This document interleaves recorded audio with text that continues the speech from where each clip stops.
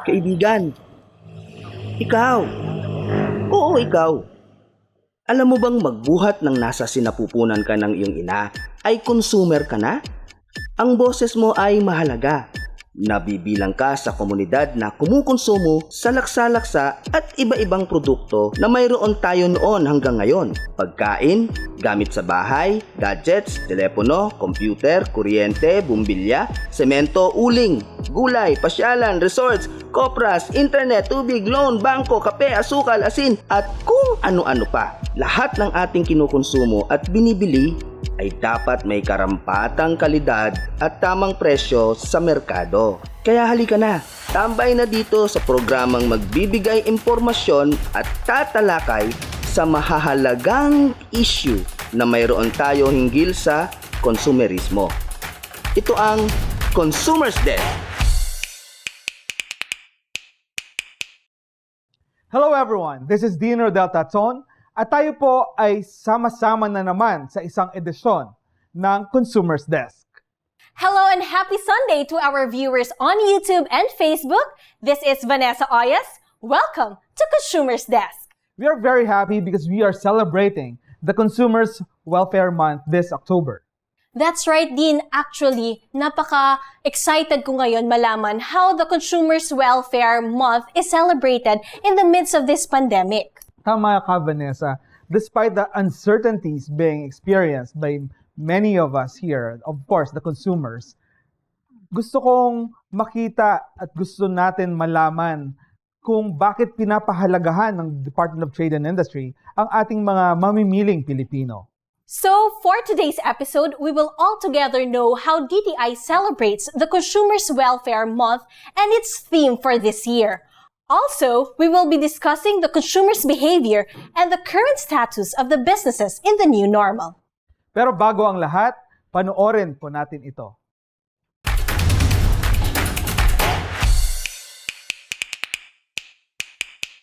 By virtue of Proclamation Number 1098, signed on September 26, 1997, by then-President Fidel V. Ramos, October was declared Consumer Welfare Month in the Philippines. The Department of Trade and Industry is among the lead agencies tasked to spearhead the celebration. However, due to unprecedented and unfortunate events brought about by COVID-19, this year's celebration will be launched digitally, highlighting the theme Sustainable Consumer in the New Normal. After 8 months under quarantine, the businesses and consumers alike shifted to digitalization and most of us adapted to the new normal. Kamusta na kaya ang mga consumers at mga negosyo sa gitna ng pandemya na ito?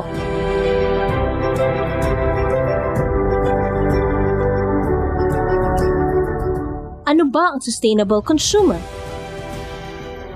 Samahan niyo kami sa isang panibagong episode kung saan sabay-sabay tayong matuto, makiambag at magsulong ng ating mga karapatan at responsibilidad lalo na't Consumers Welfare Month. Paano naman ang balance ng ekonomiya, negosyo at tayong mamimili? Lahat ng yan ating pag-usapan dito sa mas pinalakas na boses ng consumer. Ito ang Consumers Desk.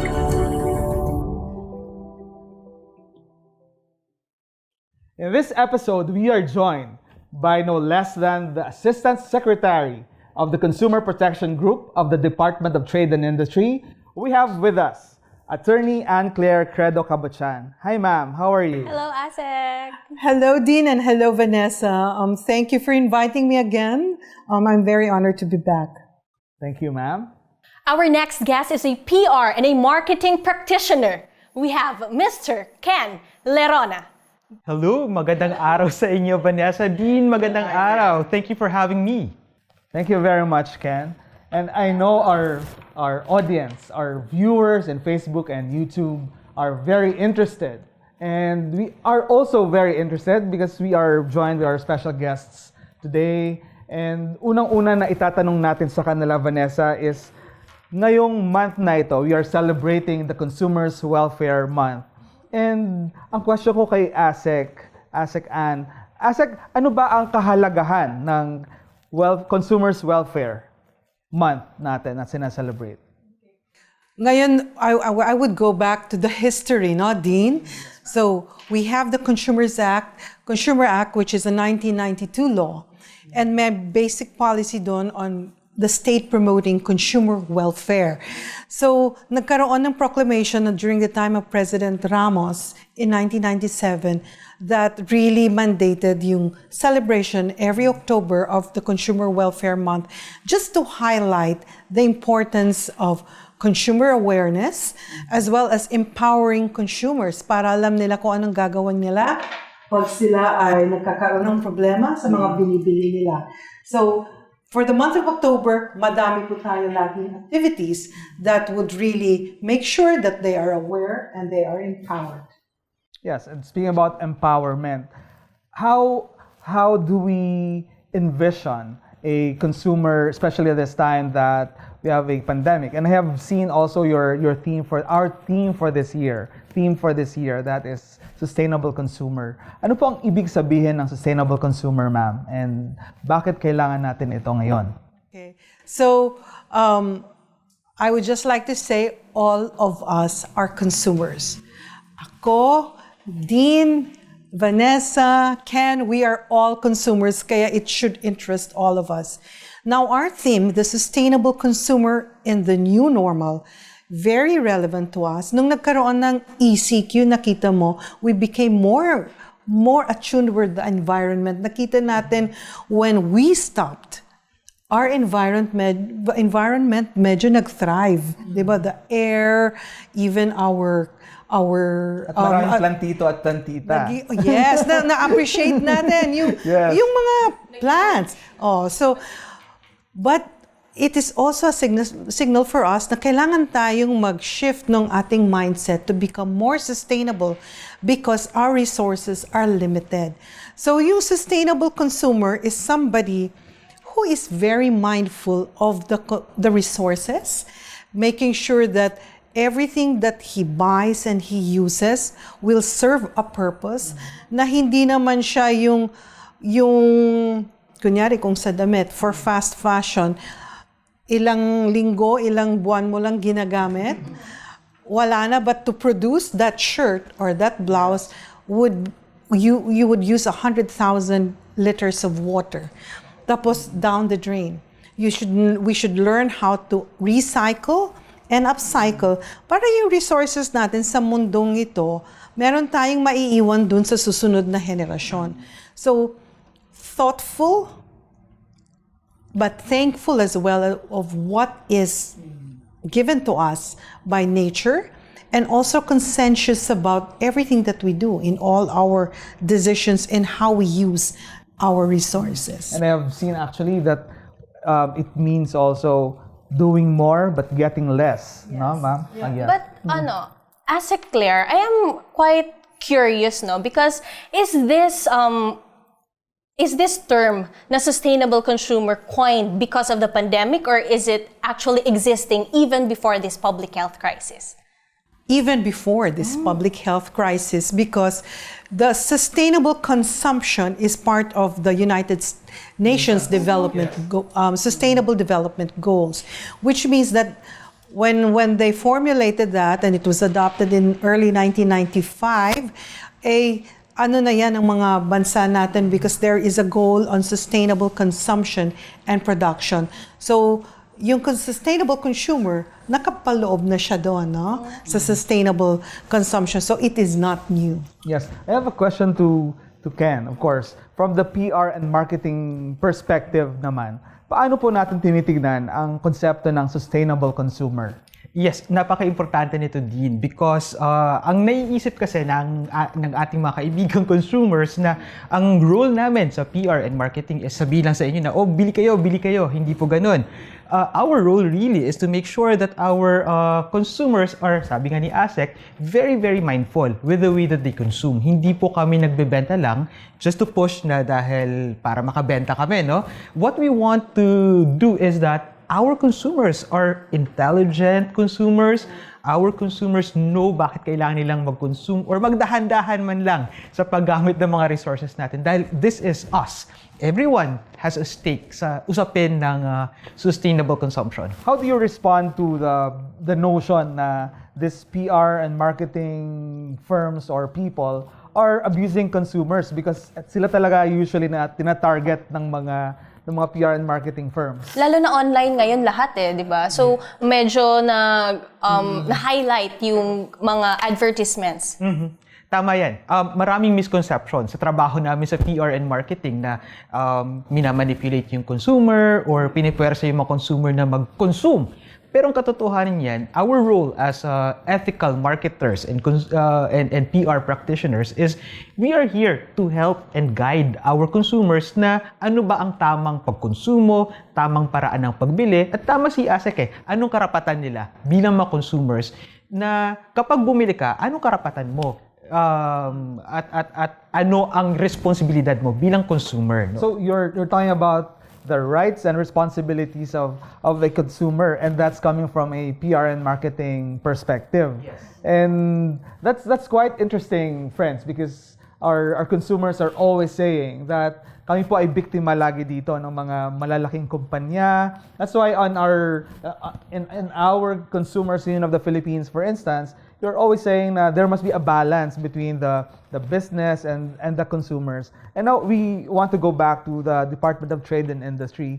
And masaya ma'am yung ating usapan tungkol dito kasi sa new normal, ang consumer ay isa sa pinakamalakas na bahagi ng ating pamumuhay already. And as you said earlier, this is also not only because of the pandemic, but the power that the consumer possess, really. But again, going back to the Consumers Month celebration, ano po ma'am ang mga programa ng DTI sa ngayong buwan na ito na nakakapag-empower ng ating mga consumers? Madami kami din, no? So, for the entire month of October, yung Consumer Protection Group, kami po yung fini-feature ng DTI YouTube channel. So, madami dong ina-upload certain portions of the webinars that are being hosted by the Consumer Protection Group. Topics range from basic necessities and prime commodities, all products under technical regulation. Meron din on service and repair shops, even yung accreditation ng mga freight forwarders. Magpapasko na, yung mga balikbayan boxes na yan. Pero kaya ipapadala? Yes, Meron ba bang ipapadala? madami yan. I'm sure masaya pa rin, no? And madami ding topics na i-upload dun sa that kind of work that we do sa Consumer Protection Group. For the entire month of October, kami po yung featured dun sa DTI YouTube channel.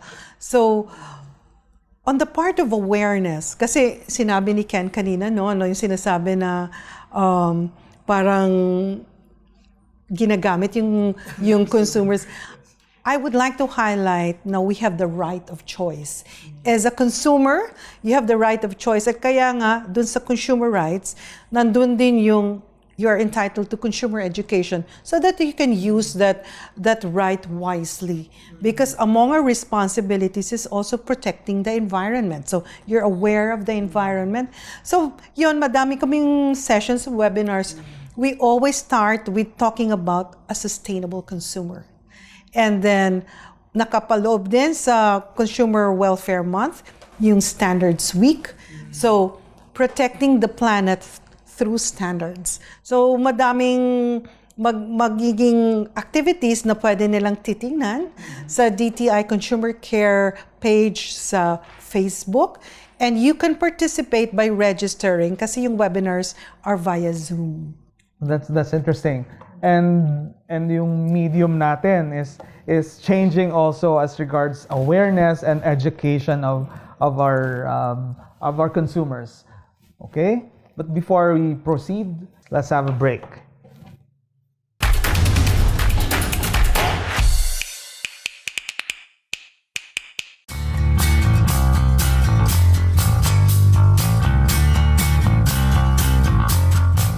Hello mga kaibigan! Nandito tayo ngayon sa one of Tomas Morato's hotspots.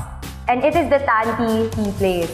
At napaka-friendly naman ng ating mga staff dito. Hello guys!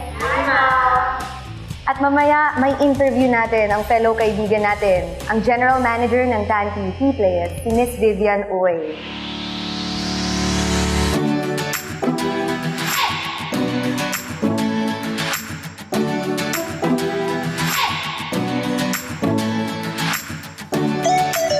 Sikat ang mga tea places dito ngayon sa Pilipinas. So, iilan ng mga tea shops na nag-sprout dito. And, of course, mga tao, lalo na pag holidays, nagkikrave ng tea. So, ngayon kasama natin si Miss Vivian Oy, ang General Manager ng Tanti. And we are here right now in the Tomas Morato branch. So, hello, good evening. Hi, Miss Tin. Vivian. Good evening. Good evening. So, Miss Vivian, tell us naman about your Tanti brand.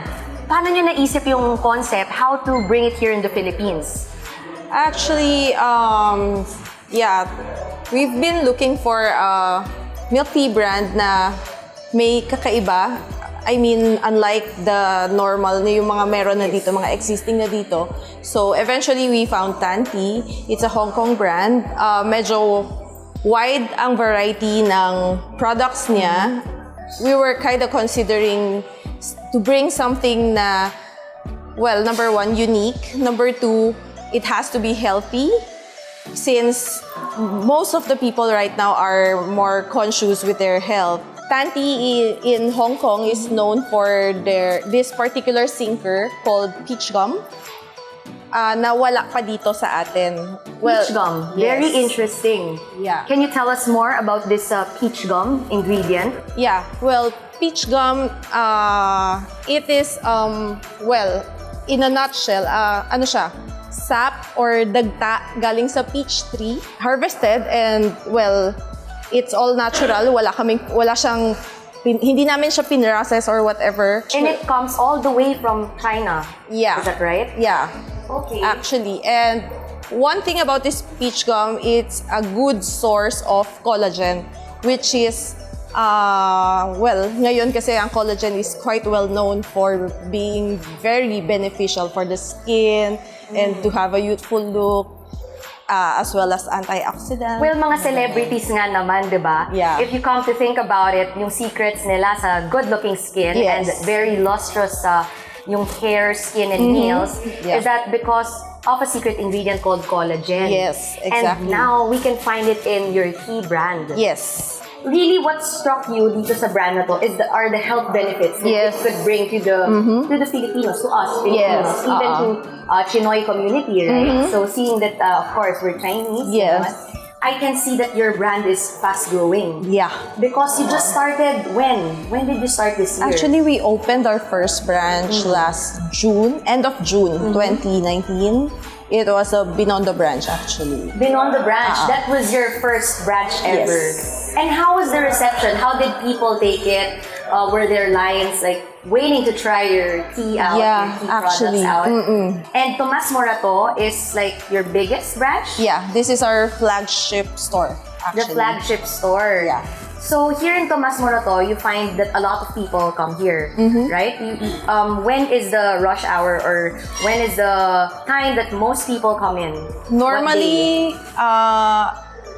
Normally at around 7 p.m. onwards. 7 Mga p.m. after dinner, yes. Okay, so your target market, of course, are those na, yun nga, would want to live healthy. Yes. And of course, would have would afford the premium of putting yun nga, health benefits Yes. in the tea brand. Okay, so what else do you like about your brand? What else do you want people to know more about? Well, apart from, our tea bases, they are traditionally brewed. And then as much as possible, we use, fresh fruits, natural ingredients. Mas marami tayong pwedeng itry. Hindi tayo magsasawa agad. Nako, ilang variants ba to? Alam ko madami-dami to. Our menu holds at around 60 variants. Wow, Yes. that's a big number. Yeah, that's from peach gum to fruit teas. We have cream cheese. And I saw that in your menu, no? I was browsing at your through your menu earlier, Yeah. your menu items, and I saw that there were different teas like oolong, Yeah. oolong tea, green tea. Yes. So for those watching their diets, Tanti is also the place to Yes. go. Because, well, it is known naman that tea is, well, it's rich in antioxidants. Yun. Rich in antioxidants, makes you look younger because of the collagen in it. The famous peach gum, right? Of course, Tanti boasts of the fruit and the floral ingredients inside, not just the collagen. So a lot of people can try the different flavors out. Yes. And hindi kayo magsasawa. Yeah. Diba? Sa sarap niya. Actually, I also saw in some of the reviews, no, the customers were very happy about the product because it doesn't have that much sugar. Yeah.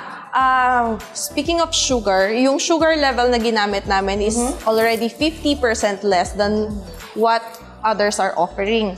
So, pag may customer maybe na gusto nilang mas matamis, they can opt for more sugar. Kung they want lower pa, they can go for less, or pwede ring zero sugar if they are really that, you know. Saan ka pa, di ba? Yes. Masarap na nga, siksik pa yung laman. Yeah. Saka healthy pa. Yes. Saan ka pa? So, I was also trying your mango peach kanina. Yeah. And I really liked it, Miss Vivian. It's really nice. So, thank gracious you. of you to offer it to us.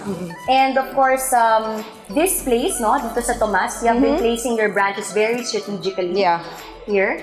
A lot of people are in here, restaurants are here. Yes. And it's easily accessible. Yun yung maganda dito sa Tanti. Okay, actually, Miss Vivian, no, na-taste ko to. I'm going to be impartial in giving out my comments. Yeah. Okay? So, yun, this tea, this one is what I really like about it, is ano siya, nafe-feel mo yung fruit bits, and then it's not too sweet.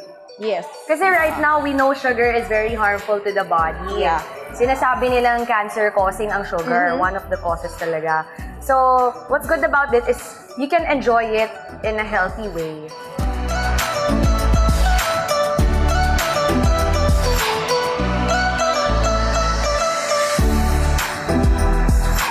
Like what I said earlier, diba? Parang you brought this brand over from Hong Kong. Yes. And then you mentioned also, well, while we were speaking, while we were being chit-chatting, having our little chit-chat, was that you also, kumbaga, made some tweaking, no? Yes. On the ingredients for Yeah. Filipino taste. Yes. So can you explain can you tell us about that? Can you explain how? Well, for one, kasi yung mga taga Hong Kong or yung mga taga mainland, more on strong, very, very strong tea taste talaga yung ano nila, which we assume, well, we think na hindi masyadong magiging acceptable dito sa atin. That's why, in-adjust lang naman namin ng konti. Para lang bumagay sa taste buds ng mga local, customers natin. Do you also have hot drinks ba? Or more of cold drinks kayo? Yeah, yung mga hindi ice blended, pwede siyang hot. Pwede. I-request. Yes, pwedeng Ay, i-request. ano? Yeah. What is our fun fact, Miss Vivian? Well, eto siya. Sige. After water, tea is the most widely consumed beverage in the world. Miss Vivian, thank you for giving me and us the opportunity, our show, to interview you and to try out all your drinks. Yeah, thank you also for Yeah. inviting us and giving us this opportunity. Well, we are all indeed excited to drop by from time to time to try your drinks. Thank you. Thank you. Isa na namang magandang produkto ang natikman natin dito sa Tanti Tomas Morato branch. Dito sa Consumers Review, makikita mo talaga ang mga napakasarap na pagkain na nare-review natin. Muli, nagpapasalamat kami sa inyong pagtangkilik. Ako po si Tin Reyes para sa Consumers Review.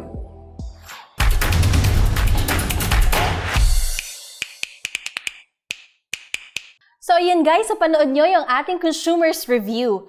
Din kanina, nag-uusap tayo about consumers. But of course, no, lahat tayo affected naman dito, not just consumers but also the business owners. So Sir Ken, what is the current status of our businesses right now sa new normal? Nako, alam mo Vanessa, natutuwa ako because seeing businesses across the country, sobrang bilis na nag-adapt ng ating mga negosyante. Noong una, di ba, earlier when the quarantine was announced, akala natin malulugmo kaagad yung negosyo. But what is nice with Filipino business owners is that nag-pivot sila kaagad, nag-shift kaagad from brick and mortar na tindahan. Hindi tinanggap yun na malulugi lang sila. So immediately, lumipat na yung mga negosyante natin sa digital platform. So nakakatuwa dahil coming from the vibrancy ng mga negosyante natin sa palengke, lumipat lang sila sa Facebook, sa iba pang mga online platforms at doon na nagsimula yung negosyo nila digital online. Mabilis na mabilis. One quick example, yung mga kaibigan kong nagbebenta ng isda sa palengke, siyempre, walang pupunta ng palengke, ginawa nila, naglako sila ng isda sa Facebook. At ayun, I think what's nice is that our business owners are doing really well on the digital platform. So right now, masasabi natin na okay naman yung takbo ng businesses sa pag-embrace ng new normal. Totoo yan, tama, no? Medyo meron lang tayong hiccup sa earlier phase, pero alam naman natin yung mga Pilipino, resilient tayo, madiskarte tayo. And hopeful, di ba? Exactly. At hindi natin pinapayagan hindi natin pinapayagan na COVID lang to tayo negosyante. Kaya mabilis ang pag-adapt ng ating mga business owners dito sa Pilipinas, Vanessa. I am also interested in the side of from the side of the DTI, for instance, ma'am. Kung ang ating mga negosyante ay naka-shift immediately to the online platform, how do we go about this in the level of policy? How do we go about this in terms of dealing with the businesses and balancing the rights of the consumers as well, ma'am? Dean, if you remember, the Consumer Act does not make any distinction between the brick and mortar store and those that are sold online. So pare-pareho po yung pagtingin natin, but we see now that we have to monitor more. Kasi nga nandun na sila, they have migrated to the online platform.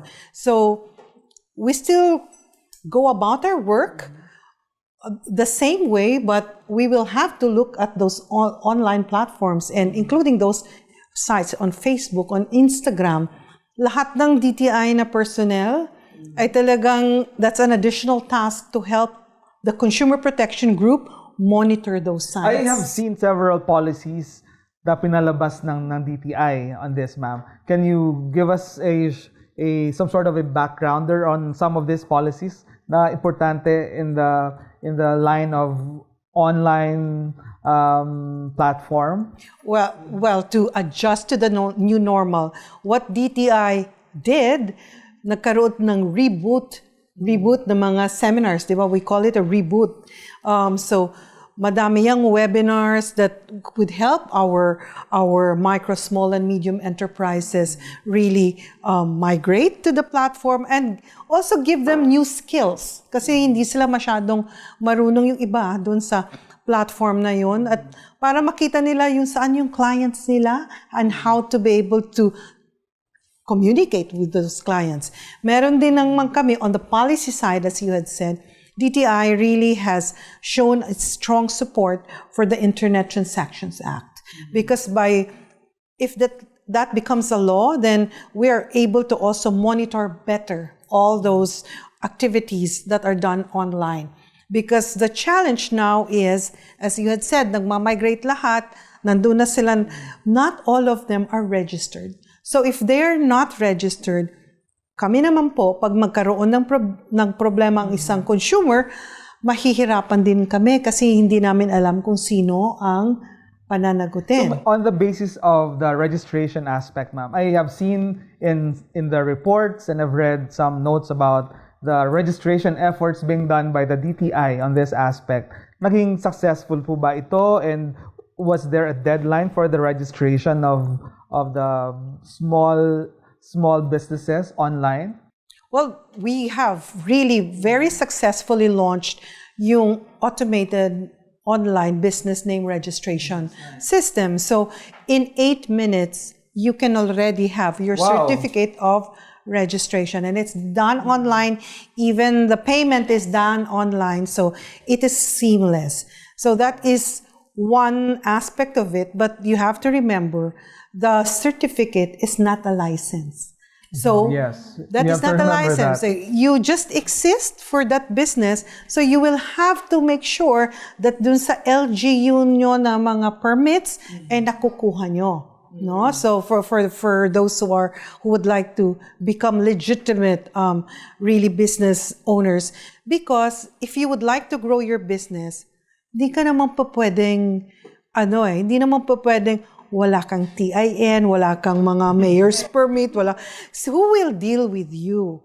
So that's why we encourage them to really make sure that aside from just the certificate of registration, that you also comply with all the licenses and permits that need to be accomplished. So, klaruhin natin sa ating mga negosyante, especially sa mga small business owners in the barangays only, for instance, and those in Facebook or even in YouTube, na ang registration is not a license. So, kailangan natin pa rin mag-comply. And for purposes of monitoring, how will this aspect of registration protect the consumers, ma'am? If a business is registered, syempre may pangalan yan ng sino ba yung sole proprietor, may pangalan din yan yung address niya ay nandoon. So, makakontakt mo yan pag nagkaroon ng problema.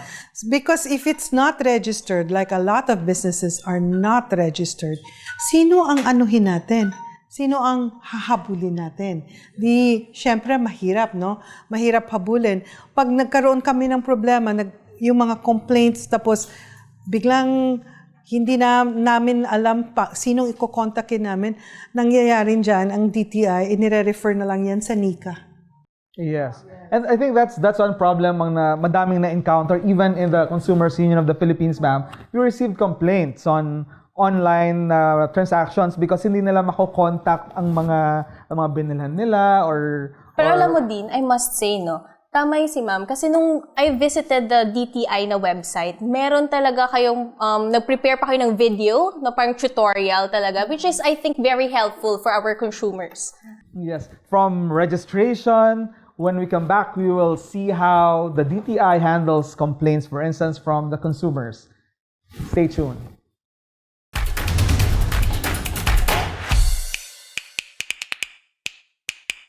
Welcome back to ConsumersDesk. Kanina pinag-uusapan po natin ang registration ng mga businesses, at the same time, the monitoring being done by the Department of Trade and Industry. And there are complaints also online na kinukonsider din ng mga companies or even the brands that we know of sa mga maliliit or hanggang sa malalaking mga kumpanya. Ang question ko ngayon kay Ken, no? Ken, ang question ko is this: is the consumer behavior, or did the consumer behavior change after the shift to new normal? There is any. Yes. Nako, napakabilis po ng shift ng ating mga consumer behaviors. Kasi, syempre, nasa bahay lang tayo, wala tayong ginagawa. At kapag nag-order tayo, pagka-click, gusto natin, agad-agad, dumating na yung mga binili natin, hindi ba? At medyo naging discerning tayo. Kasi gusto natin na kapag bumili tayo, kung anong nakikita natin, dinidisplay nila sa kanilang mga online shops, ganun din yung dumating sa mga bahay nila. So, I think there's a huge shift in the consumer behavior, and this is why we, on the side of the brand, on the side of the businesses, dapat maging masigasig din tayo to make sure na kung ano yung pinangako natin, yun din yung i-deliver natin sa ating mga consumers. Does this explain why ang mga complainants natin medyo masigasig ngayon online? Yes, totoo yan. Kasi syempre, ngayon, sa hirap ba naman ng buhay natin ngayon, kung anong nilabas mo na pera, dapat ganun din yung value na makukuha mo. That's why, masigasig din silang magreklamo kapag hindi nila nakuha kung ano yung pinangako ng seller sa kanila. So, dapat mag-ingat po talaga tayo as sellers, as brands, as businesses. Pero Mr. Ken kasi, di ba, ngayon online na tayo, mabilis lang mag-post ng mga reklamo. So, paano naman ito na-handle ng mga businesses, yung mga complaints na pinopost nila sa social media? Oo, ito yung advice ko lang, no? Both on the side of the brands and the side of the consumers. For the consumers, isipin po natin na ang iniisip po talaga ng mga brands natin o maging ng mga negosyante natin is the full parang goodwill talaga para sa inyo. Hindi po namin iniisip na we want to take advantage of you. So, kung meron po kayong mga reklamo, meron po kayong complaints, it's best po na makipag-usap tayo, makipag-chat tayo, or tawag tayo sa hotline nila instead of posting sa mga walls natin. Kasi hindi po talaga yon mapapansin ng mga brands. Kapag po nag-contact tayo sa customer welfare hotline or customer welfare pages or channels ng ating mga brands, mas madali po na masagot nila ang ating mga problema. At kaunting patience lang po kasi medyo dumadami po talaga yung mga online transactions ngayon eh. So, it's better na kapag meron po tayong mga complaints, diretso pa tayo makipag-usap sa customer care at kaunting patience ang baunin natin. Yes, and speaking about patience and speaking about complaints, makikita natin na ang mga consumer have many venues for them to air out their grievance or their reklamo sa kanilang mga binibili. Ang question ko ngayon sa level ng DTI kasi I understand that there are dispute resolution mechanisms being undertaken in the DTI. Pero ang una kong question kay ASEC Ann here would be, paano hinahandle ng DTI ang mga reklamo ng ating mga consumers, ma'am? I would like to highlight talaga at the outset, yung DTI has a no wrong door policy. Ibig sabihin, kahit sinong consumer, pag merong reklamo, tatanggapin namin. If on the face of the complaint, nakikita namin, wala naman yung mandato sa amin sa DTI, ine-endorse namin yan doon sa concerned government agency. So talagang tinatanggap namin yan.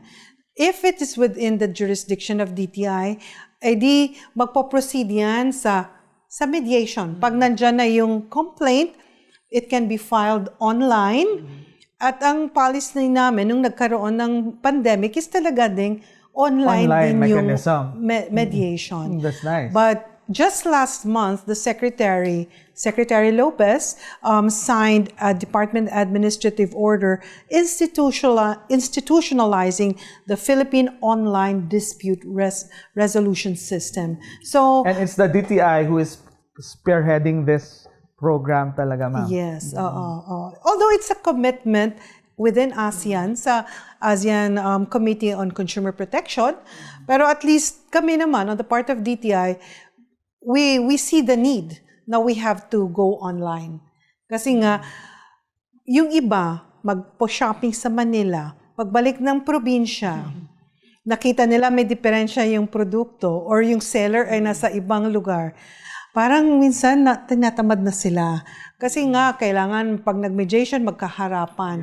But kung online yan, kahit saan ka, kahit pa nga, kasi Walang nga, rason na hindi walang rason. pumunta. Kaya binanggit ko yung ASEAN, kasi yung understanding niyan, kung nag-shopping ka sa Singapore, for instance, pwede ka ding online, diba? Dispute resolution. Pero ASEC, I'm curious lang, how does DTI maintain the balance in protecting the rights of the consumers and the businesses, lalo na ngayon na new normal na tayo? So yun yung aming that is a delicate question every single day, how to balance protecting consumers and empowering business. But nakikita din natin, one cannot exist without the other. So kaya nga we are pushing for the reopening of the economy kasi nga wala tayong magiging trabaho kung wala namang mga negosyo. Yung mga consumers naman kailangan protektahan dahil syempre hindi naman sila dapat maging powerless in the face of business. So araw-araw po binabalanse yan ng DTI. And that's really very interesting kasi babalik na yung mga negosyo. In fact, we heard that Boracay is opening, Bohol is opening, even Baguio is opening. So it is very interesting how the consumers, at the same time the businesses, and on the level of policy, monitoring, and even compliance, nakikita natin na gumagalaw ang lahat para protektahan ang kada consumer. And sinabi nga kanina ni ASEC dito na we are all consumers from the time of birth up to the moment of death, di ba? So yun din, sa ating pagbabalik naman, hihingi tayo ng tips kay ASEC kung paano ba maging sustainable consumer and also kay Mr. Ken naman on the part of the business owners. Lahat ng yan ay malalaman niyo sa aming pagbabalik.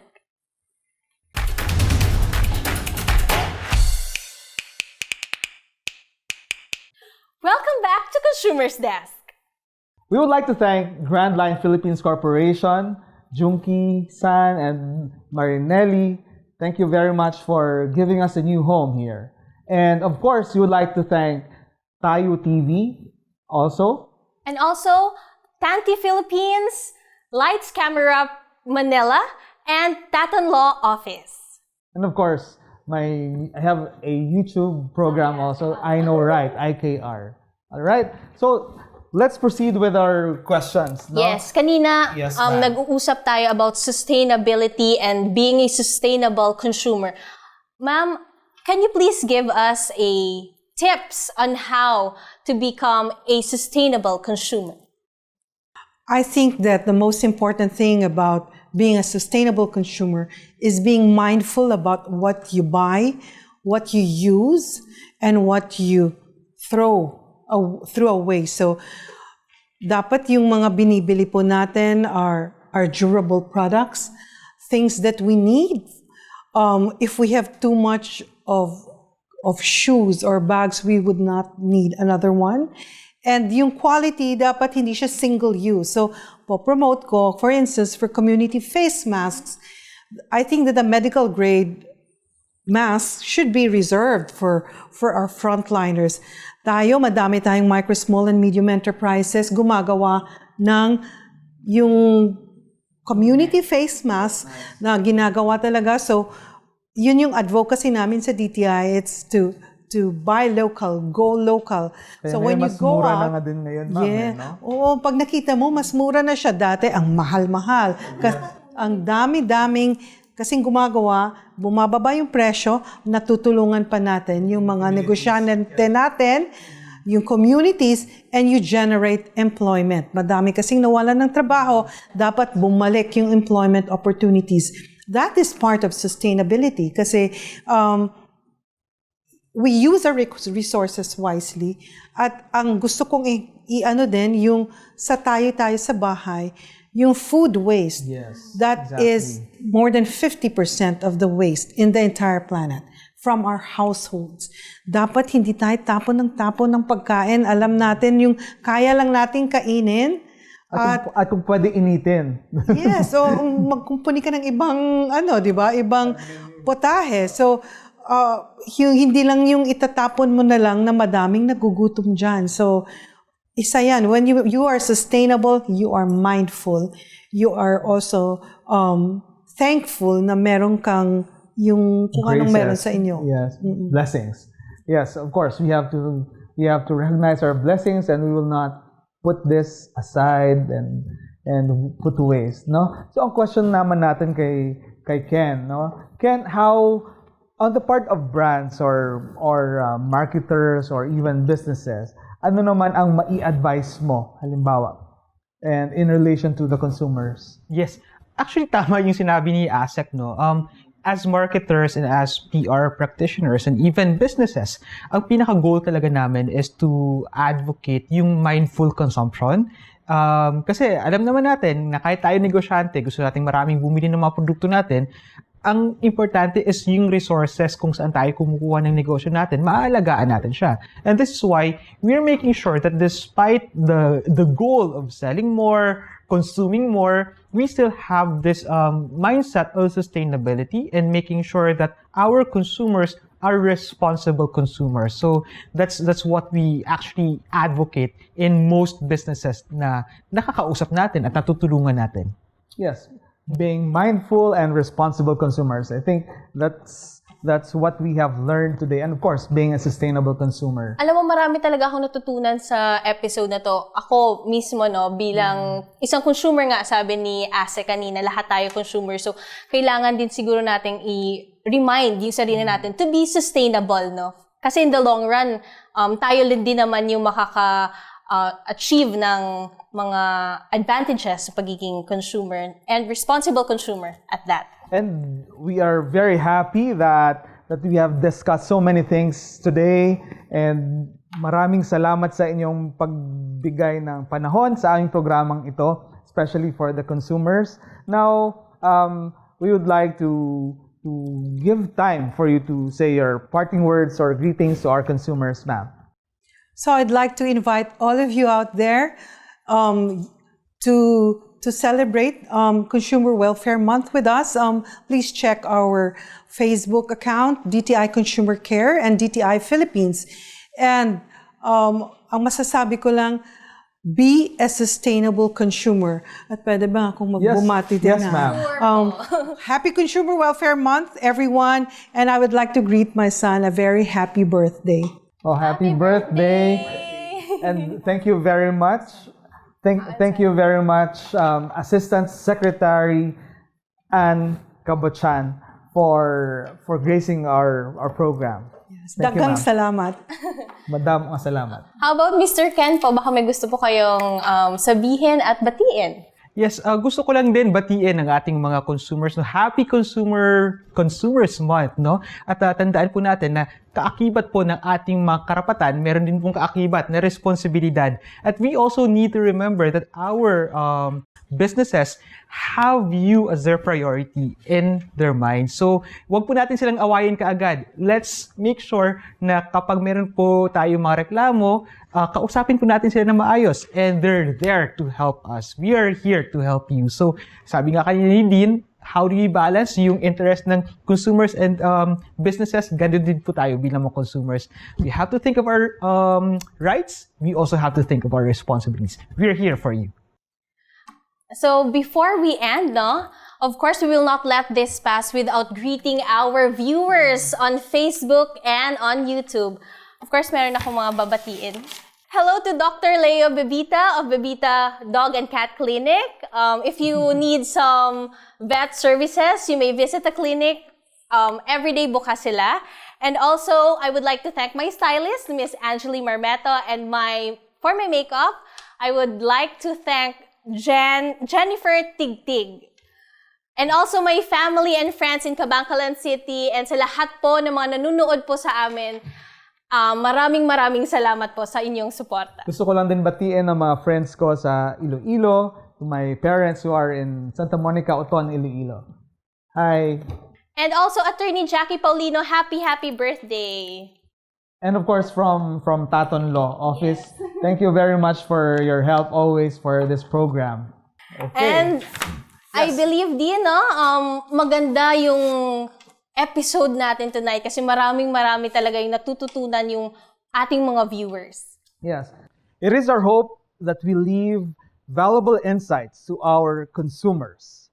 For today, we will feature the consumer's responsibility on critical awareness. And sabi nga kanina ni Ken, dapat maging masigasig ang ating mga mamimili sa pagdala ng kanilang mga problema kung merong mga problema. That there is an alertness and awareness. And sabi nga din ni Assistant Secretary Ann kanina, that this is in relation to consumer education, the right to know by every consumer. Yes, ma'am. Amid this global health crisis, we should remember that our rights as consumers are not halted, nor we are prevented to exercise them. And even though we are just staying at home, we should take this opportunity to educate ourselves and to know the products we buy online, its effects and whatnots. I believe we have already discussed our topic for today. But before we end our discussion, we will move to our segment, which is Consumer Facts. And for a start, we will know the different consumer responsibilities. Here at the Consumers Desk, we hope to leave everyone watching our show with practical and actionable insights on how to better get by with this crisis. For today, we feature the consumer's responsibility on critical awareness. Ano nga ba ang critical awareness? This is the responsibility of the consumer to be more alert and questioning about the price and quality of goods and services that we use. Sabi nga natin, tayo ay dapat maging masigasig, maging masiyasat, at dapat nating tingnan ang presyo o kalidad ng ating mga binibili. Ito ay kaagapay ng ating right to education, the right to know or the right to be informed of whatever we are buying or whatever we are purchasing. Dapat tignan natin halimbawa ang expiry, ang presyo, ang kalidad ng serbisyo or produkto na ating binibili. Dapat hindi tayo maluloko. Dapat critically aware tayo palagi. Tandaan po natin, a consumer is critically aware.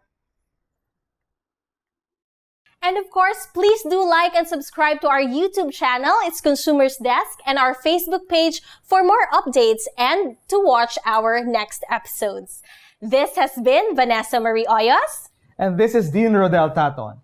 Maraming salamat sa inyong pagsama sa amin dito sa mas pinalakas na boses ng consumer. At ito ang Consumers Desk!